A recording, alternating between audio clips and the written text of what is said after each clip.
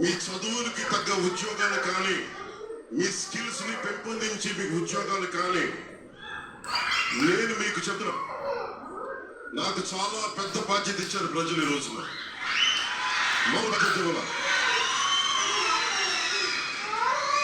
గెలిచింది, పోటీ చేసింది 21, 2 పార్లమెంట్లు, గెలిచింది 100%. కానీ బాధ్యత ఎంత ఉందంటే 175 సీట్లు మరి గెలిస్తే ఎంత బాధ్యత ఉందో అంత బాధ్యతతో మేము పనిచేస్తాం.